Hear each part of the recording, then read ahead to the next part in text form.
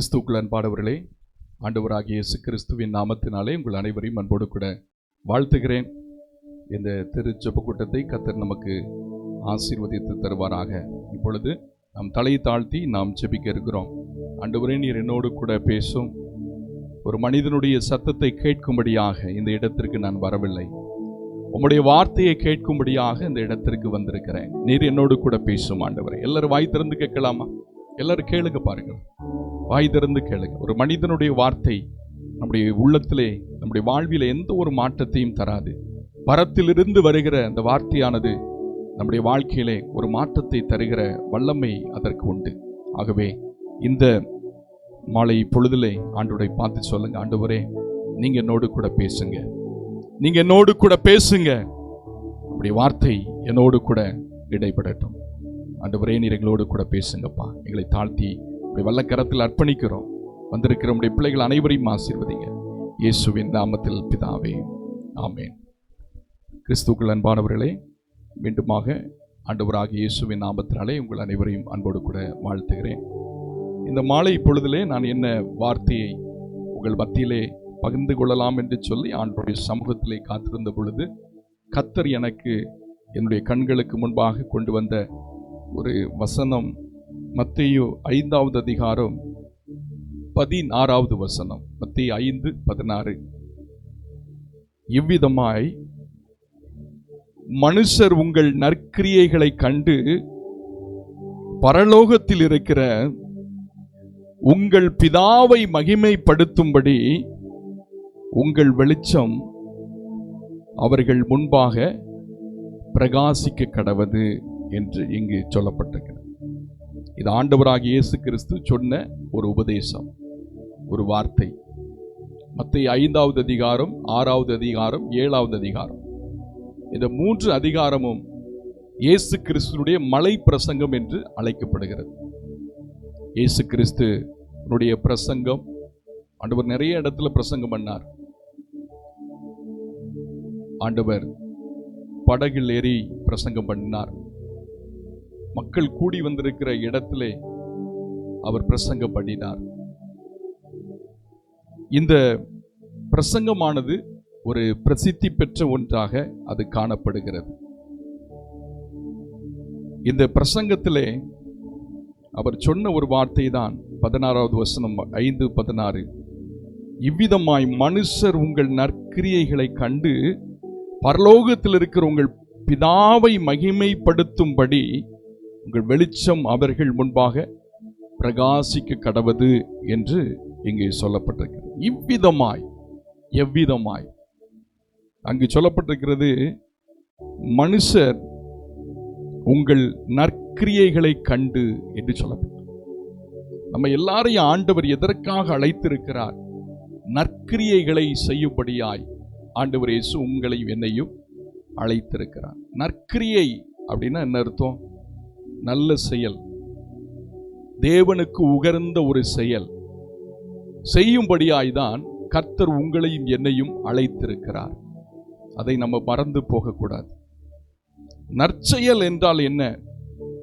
ஆங்கிலத்துல good work அப்படின்னு சொல்லலாம், குட் ஒர்க்ஸ். அப்படி என்றால் விசுவாசத்தின் வெளிப்பாடாக அன்பினால் பிறருக்கு செய்யப்படும் நன்மை, நீதியான செயல் மற்றும் தேவனுக்கு உகர்ந்த நற்பணிகளை அது குறிக்கக்கூடிய ஒரு வார்த்தை தான் நற்செயல்.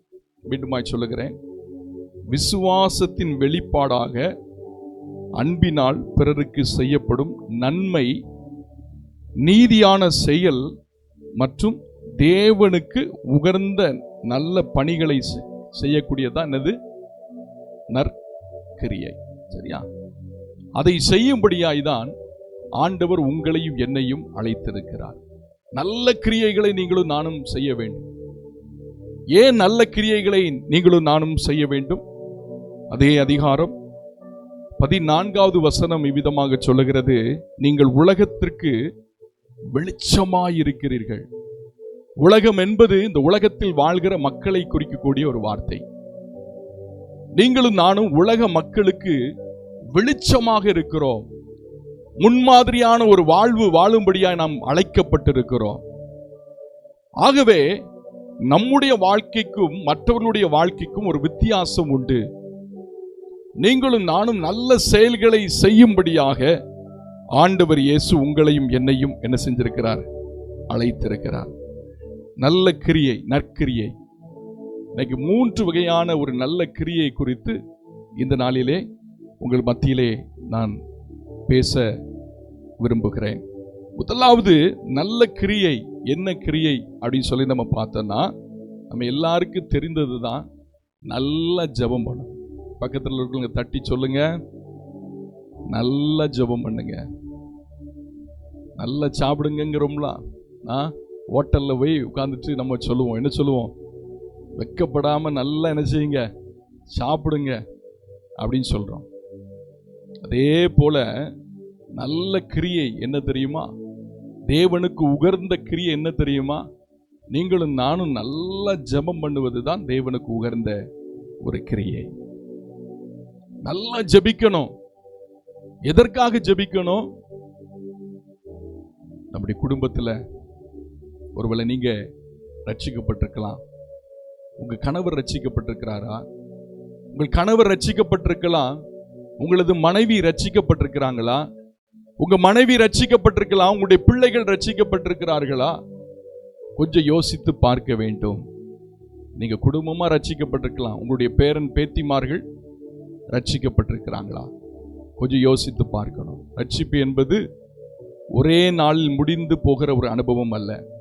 இந்த உலகத்தின் முடிவு பரியந்தம் நிலைத்து நிற்பவனே ரட்சிக்கப்படுவான் என்று வேதம் சொல்லுகிறது. ரட்சிப்பு என்றால் பாவத்திலிருந்து விடுபட்டு பரிசுத்தமான ஒரு வாழ்க்கை வாழுகிற ஒரு வாழ்வு.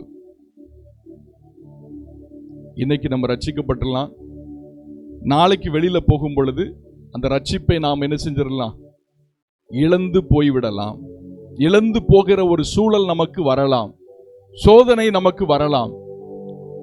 ஆனாலும் கூட அந்த ரட்சிப்பை நாம் முடிவு பரியந்தம் காத்து கொள்ள வேண்டும்.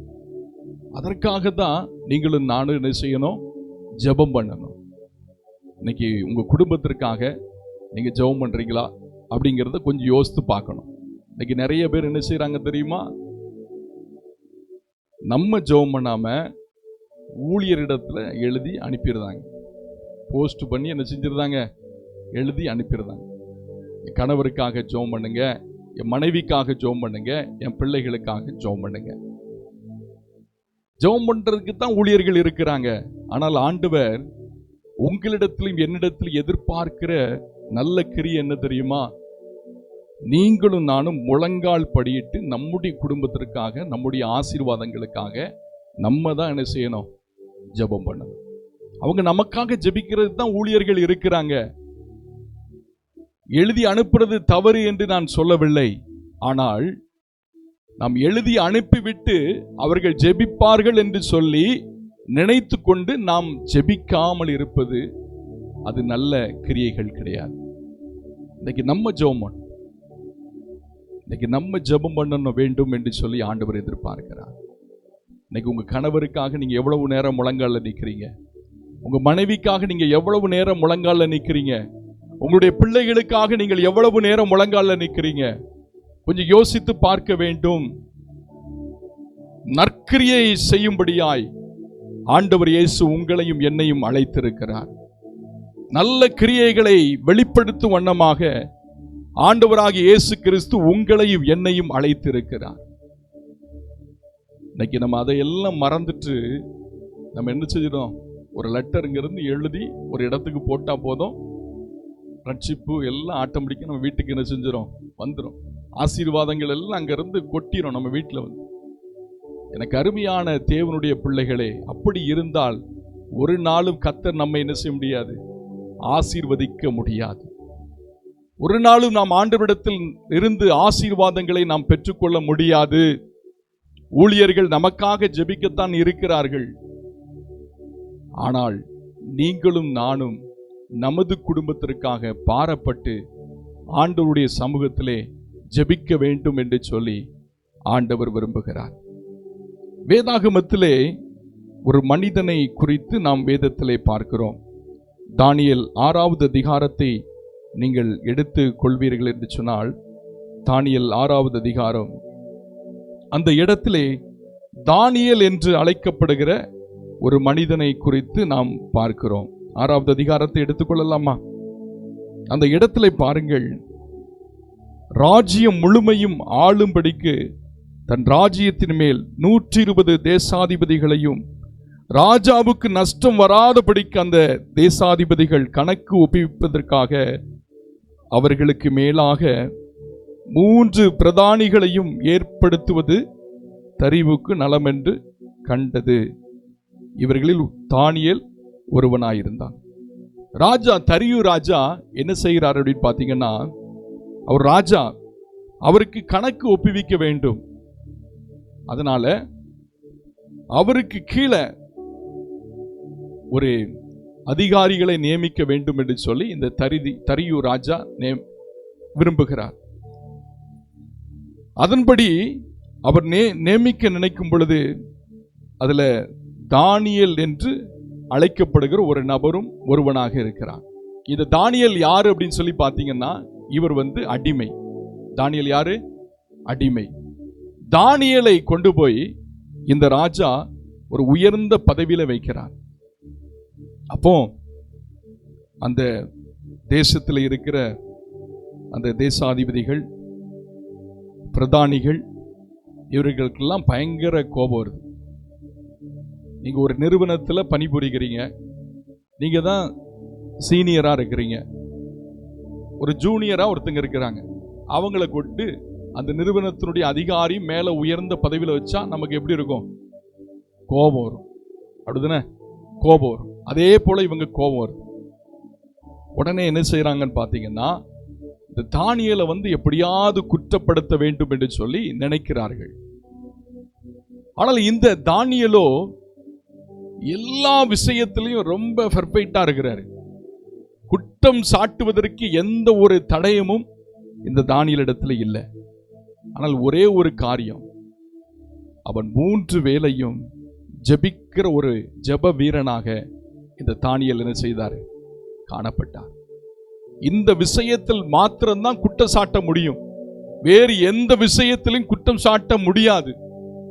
அப்படி இருக்கும் பொழுது அங்க என்ன செய்கிறாங்க பாருங்க, பிரதானிகள், தேசாதிபதிகள் இவங்க கூட்டம் கூடுறாங்க, ஒரு பிளான் பண்றாங்க. 6வது வசனத்துல ராஜாவினிடத்துல போறாங்க.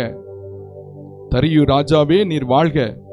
7வது வசனத்தை பாருங்கள், தானியேல் 6:7, எவனாகிலும் 30 நாள் வரையில் ராஜாவாகிய உம்மை தவிர எந்த தேவனையானாலும் மனுஷனையானாலும் நோக்கி யாதொரு காரியத்தை குறித்து விண்ணப்பம் பண்ணினால் அவன் சிங்கங்களின் கெபியிலே போடப்பட ராஜா கட்டளை பிறப்பித்து உறுதியான தாக்கீது செய்ய வேண்டும் என்று ராஜ்யத்தினுடைய எல்லா பிரதானிகளும், எல்லா தேசாதிபதிகளும், பிரபுக்களும், மந்திரிமார்களும், தலைவர்களும் எல்லாரும் ஆலோசனை பண்ணிட்டாங்க. அதனால ஒரே ஒரு கையெழுத்து மாத்திரம் நீர் என்ன செஞ்சிடணும்? சட்டத்தை ஏற்றும்படி ஒரே ஒரு கையெழுத்தை மாத்திரம் போட்டுரும். அது என்ன கையெழுத்து தெரியுமா? மேதியருக்கும் பெர்சியருக்கும் இருக்கிற மாறாத பிரமாணம். மேதியருக்கும் பெர்சியருக்கும் அப்படின்னா, மேதியர் என்பவர்கள் ஒரு கூட்டம், பெர்சியர் என்பவர்கள் ஒரு கூட்டம். இந்த 2 கூட்டமும் சேர்ந்துட்டு அவங்க ஒன்றா இருக்கிறாங்க. இந்த மேதியர் பெர்சியர் இந்த கூட்டம் பார்த்தீங்கன்னா ஒரு பயங்கரமான ஒரு உலக ஆட்சி செய்கிற ஒரு குரூப். இவங்க சட்டத்தை ஏற்றிட்டாங்கன்னா இந்த ராஜாவே நினைத்தாலும் இந்த சட்டத்தை நினைச்ச முடியாது, மாற்ற முடியாது. சட்டத்தை இயற்றுகிறவர், அந்த சட்டத்தை அமலுக்கு நடைமுறைக்கு கொண்டு வருகிறவர் ராஜா. அந்த ராஜாவே சொன்ன அந்த ராஜாவே நினைச்சா கூட அந்த சட்டத்திட்டத்தை நினைச்ச முடியாது, மாற்ற முடியாது. அது மாறாத பிரமாணம். அதை சொல்றாங்க. சொன்ன உடனே ராஜாவும் சரி ரைட் அப்படின்னு சொல்லி இதை சொல்லி விடுகிறார். கட்டளையிட்டு அதற்கு கையெழுத்து வைத்து விடுகிறார்.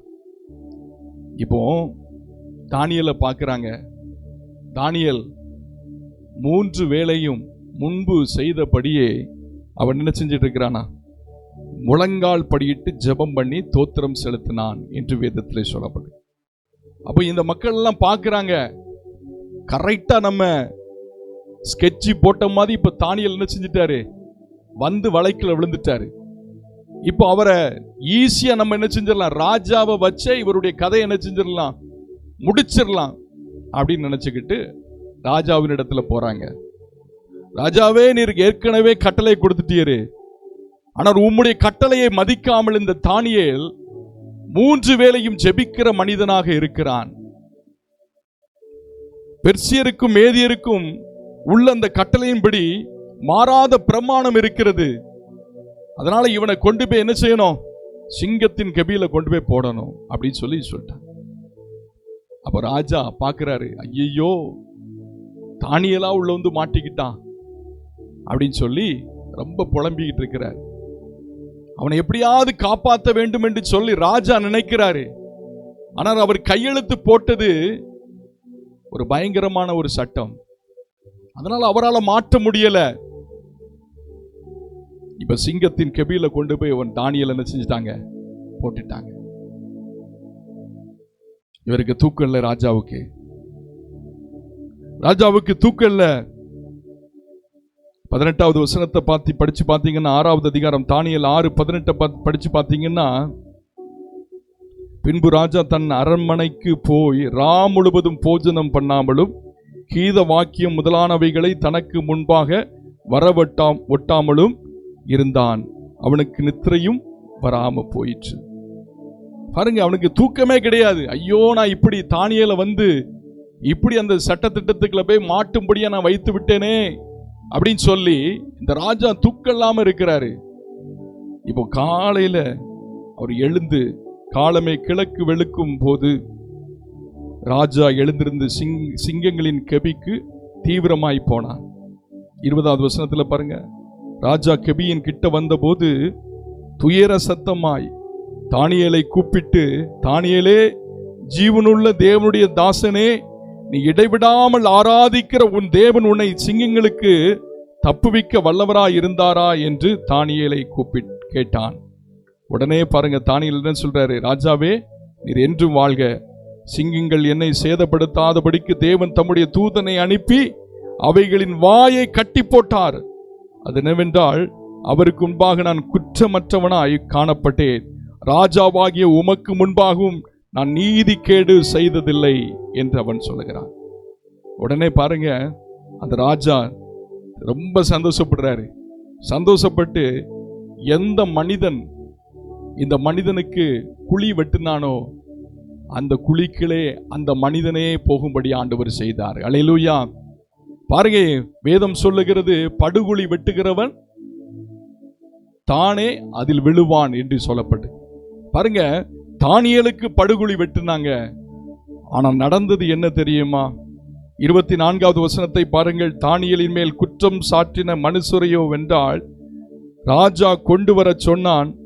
அவர்களையும் அவர்கள் குமாரரையும் அவர்கள் மனைவிகளையும் சிங்கங்களின் கெபிகளிலே போட்டார்கள்.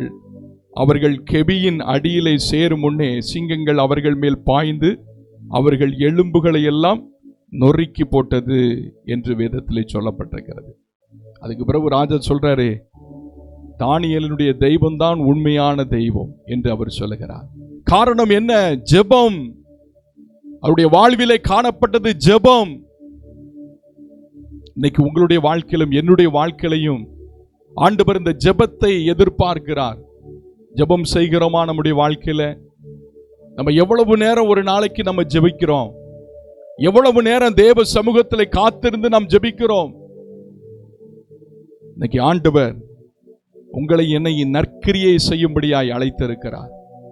முதல் நற்கிரியை என்ன அப்படின்னு சொல்லி நம்ம பார்த்தோம்னா, ஜெபிக்க வேண்டும். உங்களது பிள்ளைகளுக்காக ஜெபிங்க, உங்களுடைய கணவருக்காக ஜெபிங்க, உங்களுடைய மனைவிக்காக ஜெபிங்க, உங்களுடைய பேரன் பேத்திமார்களுக்காக ஜெபிங்க. அந்த ஜெபத்தை கர்த்தர் உங்களுடைய வாழ்க்கையிலும் என்னுடைய வாழ்க்கையிலையும் ஆண்டவர் எதிர்பார்க்கிறார். முதல் காரியம் நல்ல கிரியை ஜெபம். இரண்டாவது நற்கிரியை என்ன அப்படின்னு சொல்லி நம்ம பார்க்கும் பொழுது, யோபேல் 1வது அதிகாரம் 14வது வசனத்தை ஒருவர் வாசிக்க கேட்போம். யோபேல் 1:14. பரிசுத்த உபவாச நாளை நியமியுங்கள், விசேஷித்த ஆசரிப்பை கூறுங்கள், முப்பரையும் தேசத்தின் எல்லா குடிகளையும் உன் தேவனாகிய கர்த்தரின் ஆலயத்திலே கூடி வரச் செய்து கர்த்தரை நோக்கி கூப்பிடுங்கள், பரிசுத்த உபவாச நாளை நியமியுங்கள். யோவேல் 2வது அதிகாரம் 15வது வசனத்தை இன்னொரு வாசிக்க கேட்போம். சீயோனிலே எக்காளம் ஊதுங்கள், பரிசுத்த உபவாச நாளை நியமியுங்கள். பரிசுத்த உபவாச நாளை நியமியுங்கள். 2வது நல்ல கிரியை என்னது? உபவாசம். நம் உபவாசத்தோடு நீங்களும் நானும் ஆண்டவருடைய சமூகத்திலே காத்திருக்க வேண்டும் என்று சொல்லி கர்த்தர் உங்களிடத்திலும் என்னிடத்திலும் எதிர்பார்க்கிறார். உபவாசம் இருக்க வேண்டும். அதற்குத்தான் கர்த்தர் உங்களை வேறு பிரித்திருக்கிறார். அதற்குத்தான் கர்த்தர் உங்களை ஊழியனாக மாற்றிருக்கிறார். அதற்காக தான் கர்த்தர் உங்களோடு பேசிக்கொண்டிருக்கிறார். உபவாசம் இருக்க வேண்டும். இன்னைக்கு நம்முடைய வாழ்க்கையில உபவாசம் இருக்கிறோமா? கொஞ்சம் யோசித்து பாருங்க. 3 வேளை ஆகாரம், அதுவும் தந்தூரியோடு சிக்கன் பீஸோடு நல்ல சாப்பாடு தந்தா சூப்பர். நம்ம அப்படி சாப்பிட்டுட்டு நல்லா தூங்கணும்னா நமக்கு என்ன வரும் சொல்லுங்க? தொப்பை தான் வரும். ஆண்டவரிடத்திலிருந்து பரத்திலிருந்து ஆசீர்வாதம், நாம் எதிர்பார்த்திருக்கிற நன்மைகள் நமக்கு வராது. இந்த நாள் ஒரு முக்கியமான ஒரு நாள். லெந்து காலம், தவக்காலம், கஸ்தி காலம் என்று அழைக்கப்படுகிற இந்த காலத்திலே நாம் அதிகமாக உபவாசம் இருக்க வேண்டும். ஆண்டவராகிய இயேசு கிறிஸ்துவினுடைய பாடு, மரணம், உயிர்த்தெழுதலை சிந்திக்கிற இந்த காலங்களிலே நம்மளால் முடிந்த அளவுக்கு உபவாசத்தோடு ஆண்டவரை தேட வேண்டும் என்று சொல்லி கர்த்தர் உங்களிடத்திலும் என்னிடத்திலும் எதிர்பார்க்கிறார். இன்னைக்கு நம்ம உபவாசம் இருக்கிறோமா? கொஞ்சம் யோசித்து பார்ப்போம். உபவாசம் இருக்க வேண்டும். ஆண்டவரை ஆராதனை செய்கிற பிள்ளைகள், ஆண்டவருக்கு மகிமை செலுத்துகிற பிள்ளைகள் கட்டாயம் இருக்க வேண்டும். பரிசுத்த உபவாச நாளை நியமியுங்கள் என்று வேதம் சொல்லுகிறது. விசேஷித்த ஆசரிப்பை கூட்டுங்கள் என்று கூறுங்கள் என்று வேதம் சொல்லுகிறது. எக்கால ஊதுங்கள், பரிசுத்த உபவாச நாளை நியமியுங்கள் என்று வேதம் சொல்லுகிறது.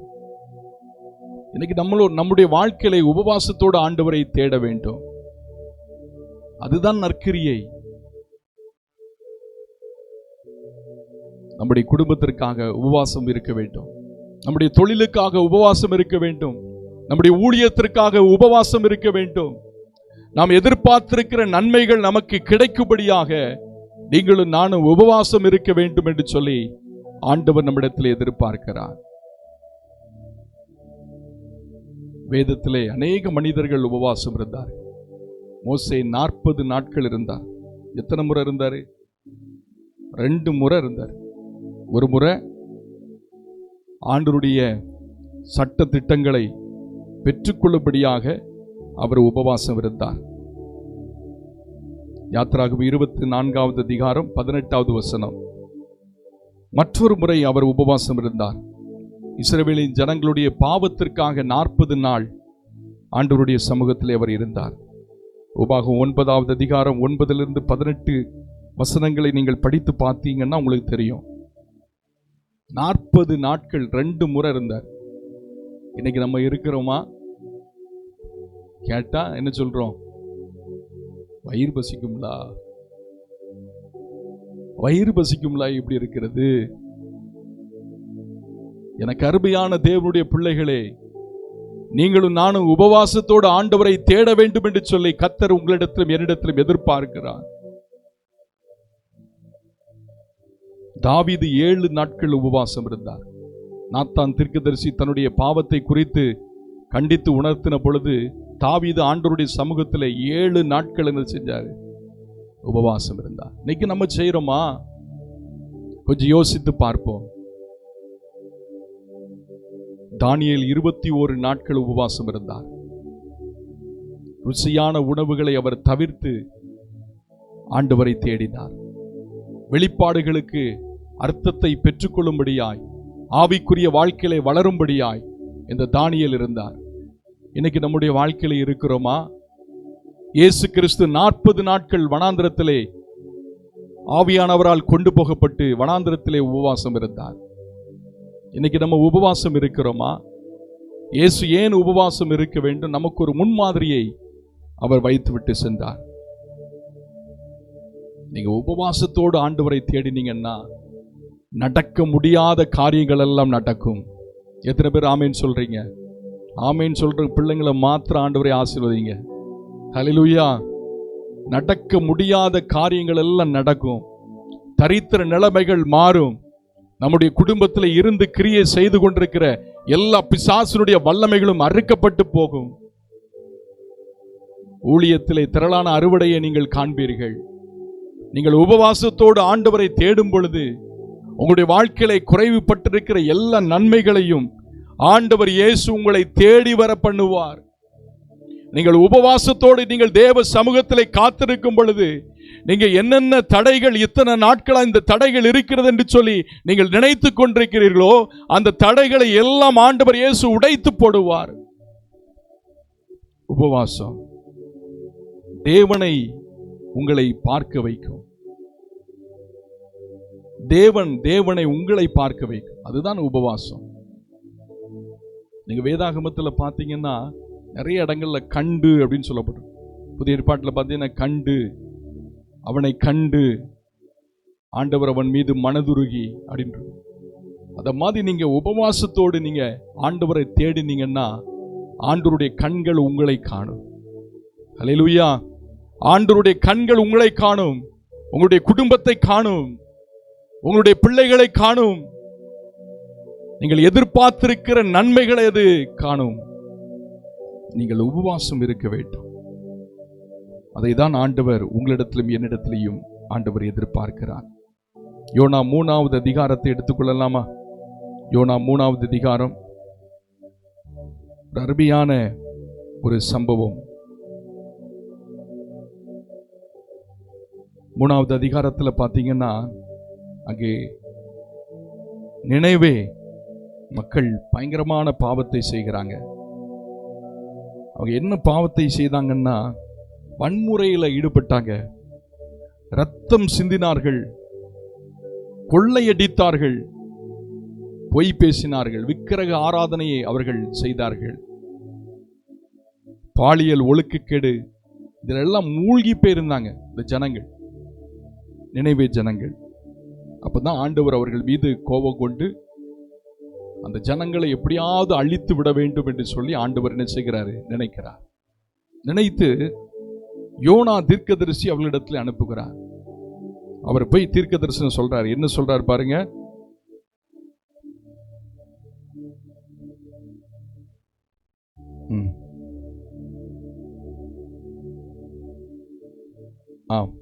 வாசிங்க. பெரிய நகரமா இருந்தது. யோனா நகரத்தில் பிரவேசித்து ஒரு நாள் பிரயாணம் பண்ணி இன்னும் 40 நாள் உண்டு, அப்பொழுது நினைவே கவிழ்க்கப்பட்டு போம் என்று கூறினான். சொன்ன மாத்திரத்தில் பார்த்தீங்கன்னா, அவன் தீர்க்க தரிசனத்தை சொன்ன உடனே பார்த்தீங்கன்னா அந்த ஜனங்கள் எல்லாரும் என்ன செஞ்சிட்டாங்க? உபவாசம் இருக்க ஆரம்பிச்சிட்டாங்க. அவன் சொன்ன வார்த்தை ஆண்டவர் அழிச்சு விடுவாரோ, இந்த தேசத்தை இந்த பட்டணத்தை கவிழ்த்து ஆண்டவர் அழித்து விடுவாரோ என்று சொல்லி எல்லாரும் உபவாசம் இருக்கிறாங்க. நடந்தது என்ன தெரியுமா? இந்த 4வது வசனமும் 5வது வசனமும் 6வது வசனமும் அந்த ஒரு கேப் இருக்கு பார்த்தீங்களா? அந்த கேப்ல நான் நினைக்கிறேன், அதை படிக்கும் போச்சில் எனக்கு தெரிஞ்சது, இவங்க ஜனங்கள் உபவாசம் இருக்கிறாங்க. இருந்த உடனே ராஜாவினுடைய உள்ளத்தையும் ஆண்டவர் என்ன செய்யறாரு பார்த்தீங்கன்னா உடைக்கிறார். அந்த ராஜா என்ன செய்யறார் தெரியுமா? அவர் இருந்த அந்த சிங்காசனத்தை விட்டு எழுந்து தான் உடுத்தியிருந்த உடுப்பை கலற்றி போட்டு ரட்டை உடுத்தி கொண்டு சாம்பலிலே உட்கார்ந்தான். பாருங்க, ஜனங்கள் உபவாசம் இருக்கிறாங்க, ராஜாவும் ஆண்டவர் தொடுறாரு. தொட்ட உடனே அவனும் உபவாசம் இருக்கிறான்.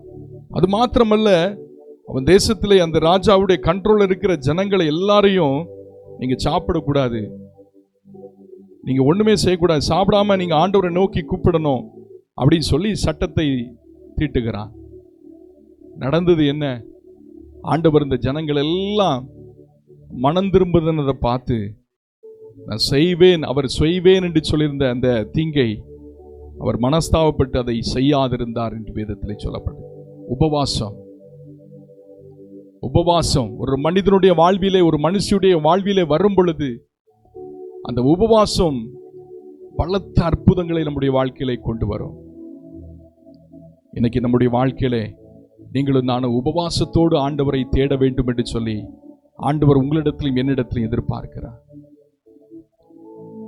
ஒருவேளை நீங்க தரித்திரத்தின் பாதையிலே நீங்க கடந்து கொண்டு சென்று கொண்டிருக்கலாம்.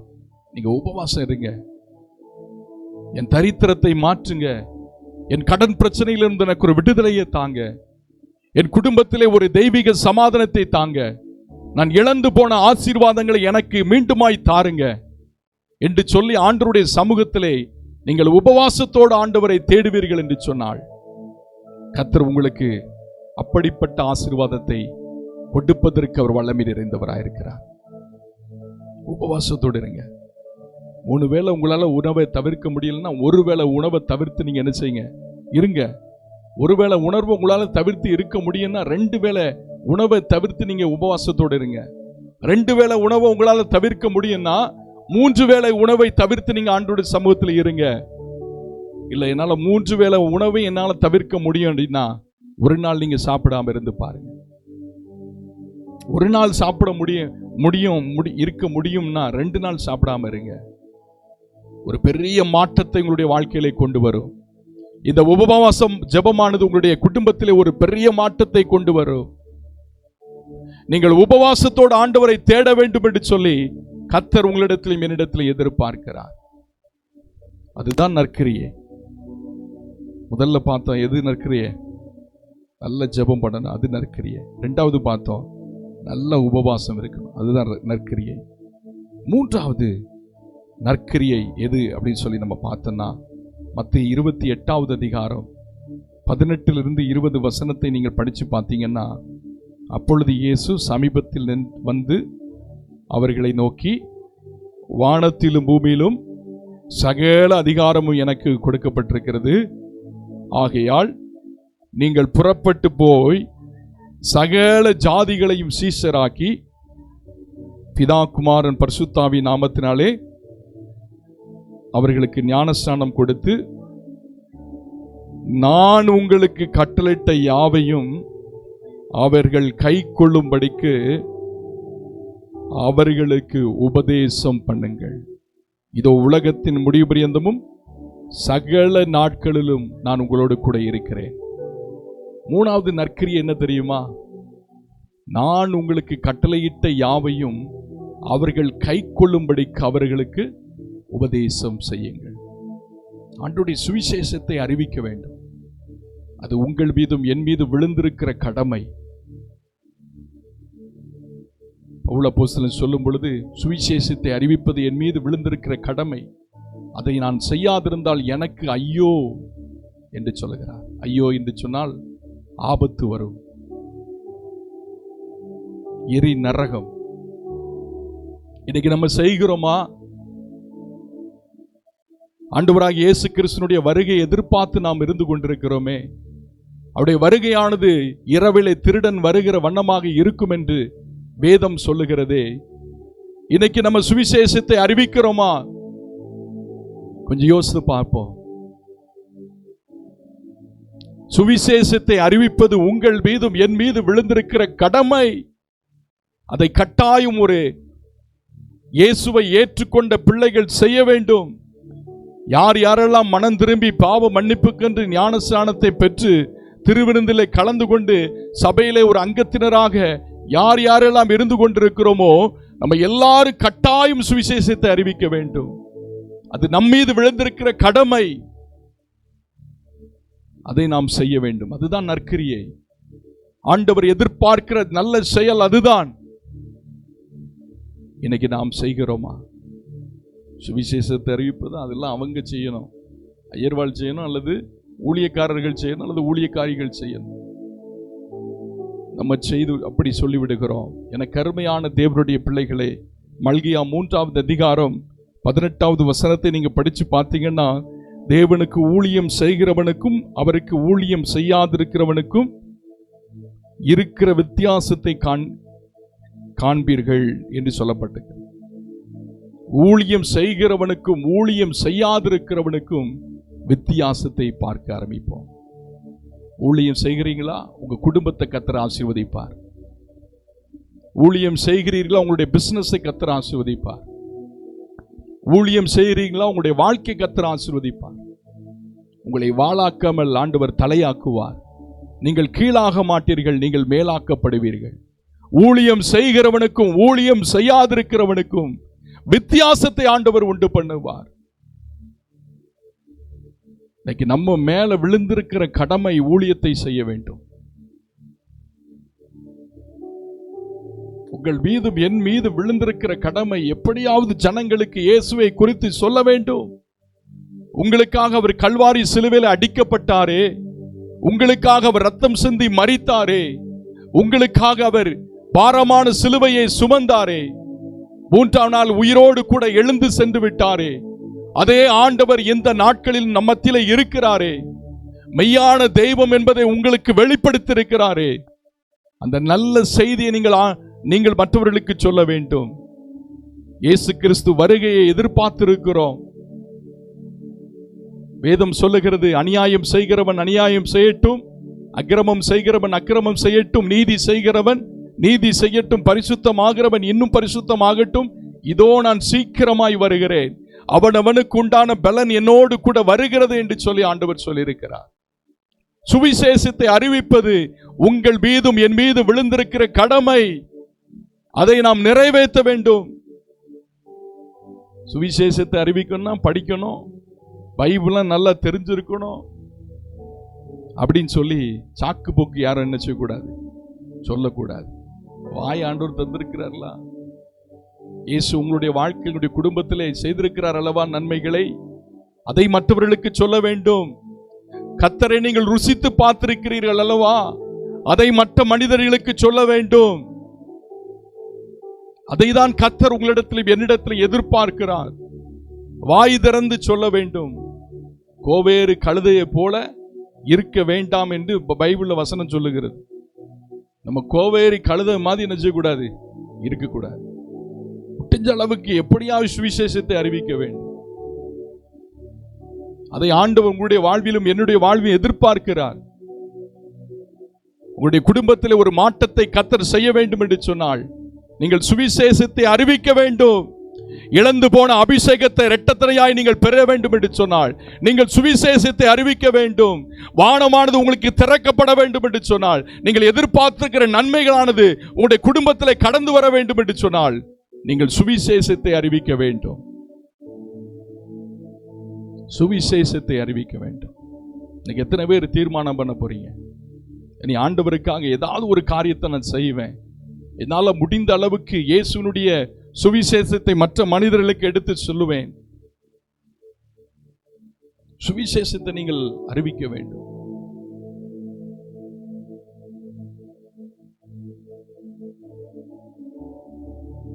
அதைதான் கர்த்தர் உங்களிடத்தில் எதிர்பார்க்கிறார். ஜோசப் அப்பல்லோ என்று அழைக்கப்படுகிற ஒரு ஊழியர், அவர் 18ஆம் நூற்றாண்டு எலியா என்று அழைக்கப்பட்டார். தேசத்தையே கலக்கினவர். அவர் படிப்பறிவுலாம் ரொம்ப கிடையாது. அவர் என்ன செய்வாராம் தெரியுமா? வருடத்தில் 3 முறை, எத்தனை முறை? 3 முறை ஏதாவது ஒரு காட்டு பகுதிக்கு போயிடுவாராம். அங்க போய் 40 நாள் உபவாசம் இருப்பாராம். எத்தனை நாள் உபவாசம் இருப்பாரு? 40 நாள். காட்டுக்கு போயிடுவாராம். மேல 40 நாள் உபவாசம் இருப்பாராம். சாப்பிட மாட்டார். தண்ணீர் குடிக்கிறாரோ என்னமோ தெரியல. 40 நாள் உபவாசத்தோட இருந்துட்டு கீழே இறங்கி வருவாராம். ஒரு முறை அப்படி இறங்கி வரும் பொழுது ஒரு தாய் ஒரு செத்து போன ஒரு குழந்தைய கையில் எடுத்துட்டு சார், என்னுடைய பிள்ளை இறந்து போச்சு, என்னுடைய பிள்ளை இறந்து போச்சு அப்படின்னு சொல்லி அந்த தாய் அவருடைய கையில கொடுத்தாங்க. அவர் ஒரு சிறிய ஜபம் தான் ஜெபித்தார். In the name of Jesus, wake up அப்படின்னா உடனே பாத்தீங்கன்னா அந்த செத்து போன அந்த குழந்தைக்குள்ள ஜீவன் உள்ள வந்தது.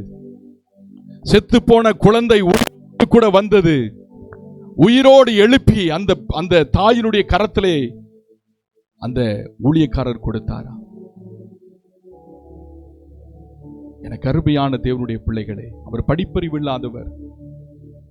ஆண்டவருடைய சமூகத்திலே ஜெபித்தார், நற்கிரியைகளை ஜெபித்தார், நற்கிரியையின்படி உபவாசம் இருந்தார், சுவிசேஷத்தை அறிவித்தார்.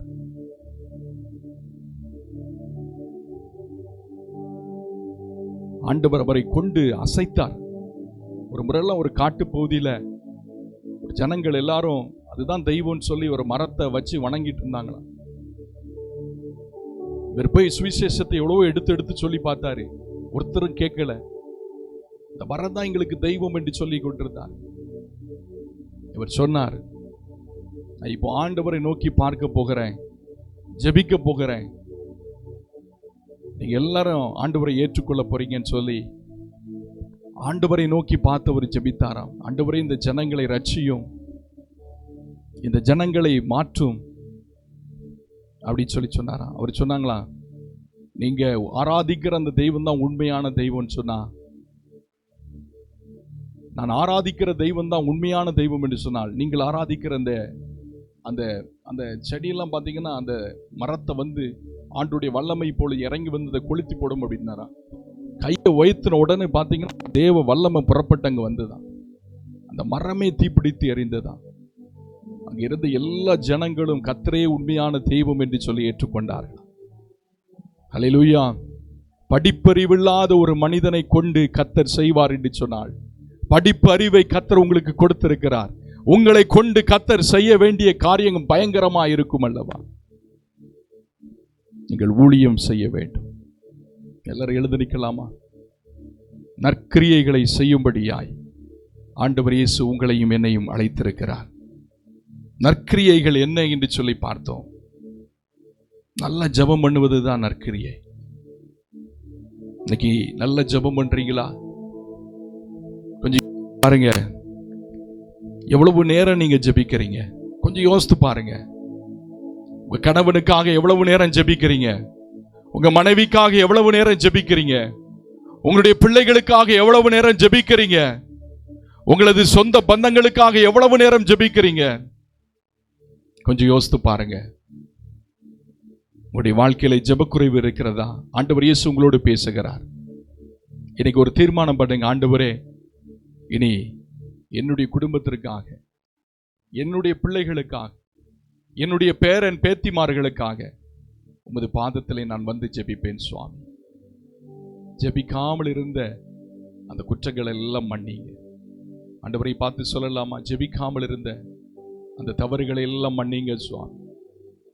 ஜெபிக்காமல் இருந்த அந்த எல்லா தவறுகளையும் மன்னிங்க. ஆண்டவரை பார்த்து சொல்லுங்க. ஜெபிப்பதுதான் நற்கிரியை. இரண்டாவது பார்த்தோம், நல்ல உபவாசம் இருப்பதுதான் நற்கிரியை. இன்னைக்கு உபவாசம் நீங்க இருக்கிறீங்களா?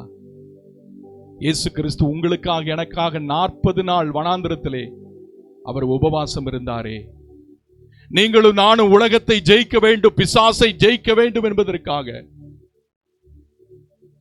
40 நாள் வனாந்திரத்திலே இயேசு உபவாசம் இருந்தாரே. உங்களுக்காக எனக்காக அவர் உபவாசித்தாரே. இன்னைக்கு நம்முடைய பிள்ளைகளுக்காக உபவாசிக்கிறோமா? தடைப்பட்ட ஆசீர்வாதங்களுக்காக உபவாசிக்கிறோமா? ஆவியின் வரங்களுக்காக, வல்லமைக்காக, கிருபைகளுக்காக உபவாசிக்கிறோமா? இன்னைக்கு ஆண்டவரிடத்தில் சொல்லுங்க, ஆண்டவரே, உபவாசிக்காமல் இருந்த தவறுகளை எல்லாம் மன்னிங்க. உபவாசியாமல் இருந்த தவறுகளை எல்லாம் மன்னிங்க. ஆண்டவரிடத்தில் சொல்லுங்க பாருங்க. என்னை உபவாசிப்பேன் ஆண்டவரே, என் பிள்ளைகளுக்காக என்னால் முடிந்த அளவுக்கு நான் உபவாசிப்பேன் ஆண்டவரே, என்னால் இருப்பேன். மோசே 40 நாட்கள் இருப்பதற்கு கிருபை கொடுத்தீரே. தாவீது 7 நாட்கள் இருப்பதற்கு உபவாசம் இருப்பதற்கு கிருபை கொடுத்தீரே.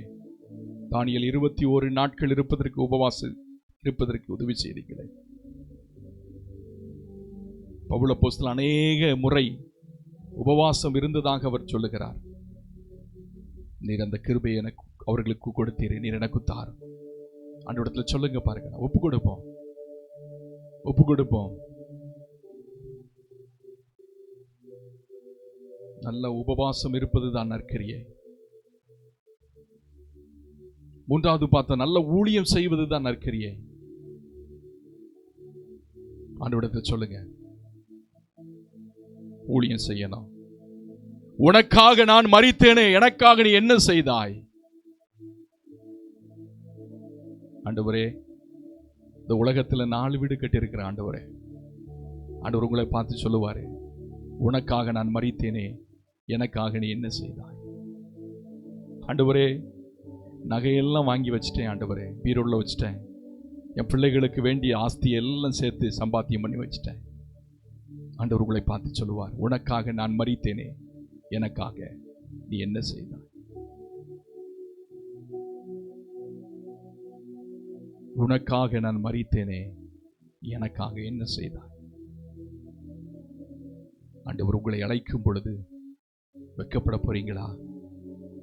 இல்ல ஆண்டவருக்காக ஆத்துமா அறுவடையை நீங்க செய்து, ஆண்டவரே, நான் உமக்காக சம்பாதித்து வைத்திருக்கிற ஆத்துமா என்று சொல்ல போறீங்களா?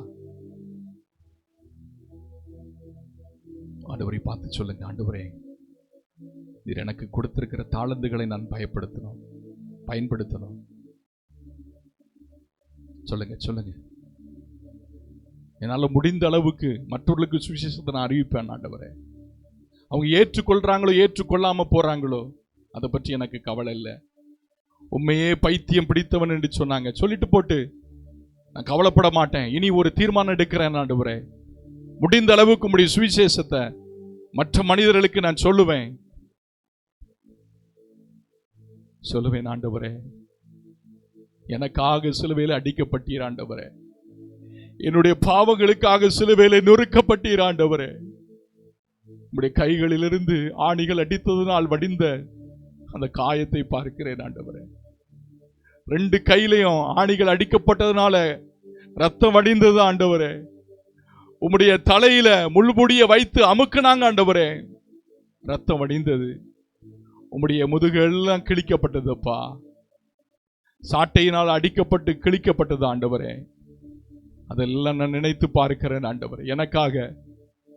எனக்காக என்னை பரலோகம் சேர்க்கும்படியா நீர் அப்படிப்பட்ட பாடுகளுக்கு உம்மை ஒப்பு கொடுத்தீர் ஆண்டவரே.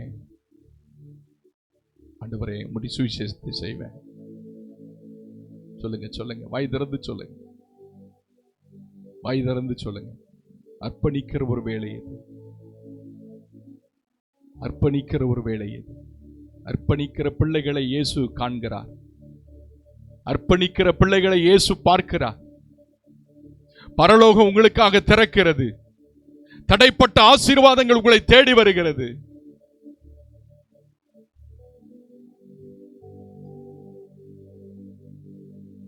ஆண்டவரே, உமக்கு ஸ்தோத்திரம் அப்பா. இயேசுவே, உமக்கு ஸ்தோத்திரம் அப்பா. ஆண்டவரே, உமக்கு ஸ்தோத்திரம் அப்பா.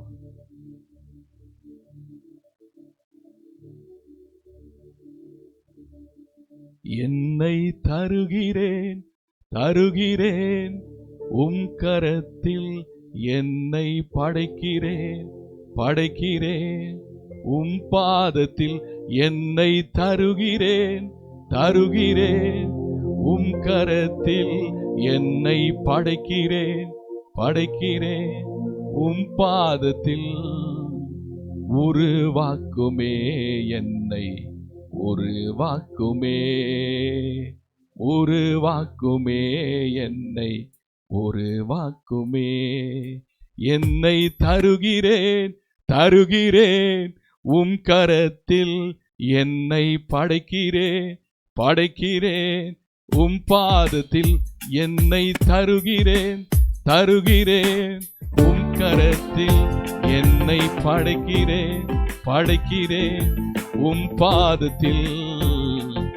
உருவாக்குமே என்னை, உருவாக்குமே, உருவாக்குமே என்னை, உருவாக்குமே.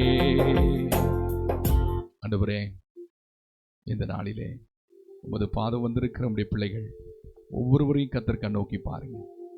ஒவ்வொரு பிள்ளைகளையும் ஆசீர்வதிங்க. இப்படி வல்லமையினால் நிரப்புங்க, இப்படி அபிஷேகத்தினால் நிரப்புங்க.